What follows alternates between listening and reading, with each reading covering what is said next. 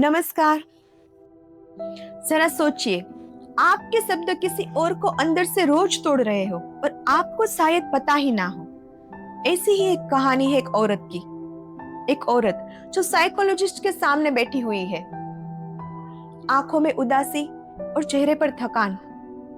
Psychologist बड़े ही धीरे से उसे पूछते हैं कि आपका नाम क्या है, आपके घर में कौन कौन है, आपका परिवार कैसा है, आपके बच्चे कितने हैं।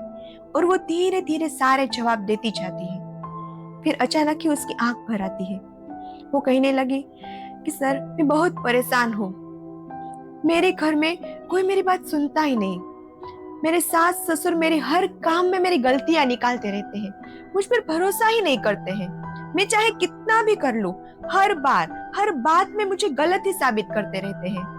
और ये कहते कहते ये रो पड़ती है। वो कहती है कि कभी कभी तो लगता है कि मेरे ही अपने घर में मेरा कोई वजूद ही नहीं है। और शायद उसके दर्द में सच्चाई थी। साइकोलॉजिस्ट बड़े ही शांति से उसे सुनते हैं और फिर पूछते हैं कि आपका बेटा कितने साल का है। वो कहती है कि सर, वो 9 साल का है, लेकिन उसे कुछ समझ नहीं आता। मैं चाहे उसे कितना भी डांट लूं, वो पढ़ाई पर ध्यान ही नहीं देता है। बहुत ही इररिस्पॉन्सिबल होता जाता है वो।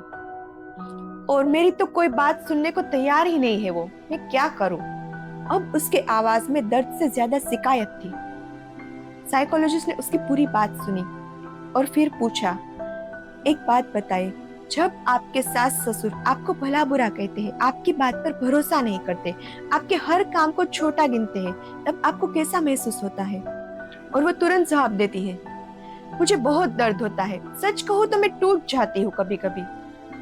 और साइकोलॉजिस्ट तभी उसे रोकते हैं और कहते हैं, तो जरा सोचिए, जिस बच्चे को आप रोज कहती है तू कुछ नहीं करता, तुझसे कुछ नहीं होगा, तू बड़ा ही इररिस्पॉन्सिबल है, और ये शब्द उसकी अपनी माँ कहती है, तो उस 9 साल के बच्चे के दिल पर क्या बीतती होगी? वो औरत बोल नहीं पाती है। उसका दिल कांप जाता है। उसे पहली बार ये समझ आता है कि जो दर्द वो बड़ों के शब्दों से झेल रही है, शायद वही दर्द उसका बच्चा रोज जी रहा है। बच्चे कभी वो नहीं बनते जो हम उन्हें बनाना चाहते हैं। बच्चे वो बनते हैं जो रोज अपने बारे में सुनते हैं। क्रिटिसिज्म से बच्चे सुधरते नहीं हैं, वो खुद को गलत मानना सीख जाते हैं।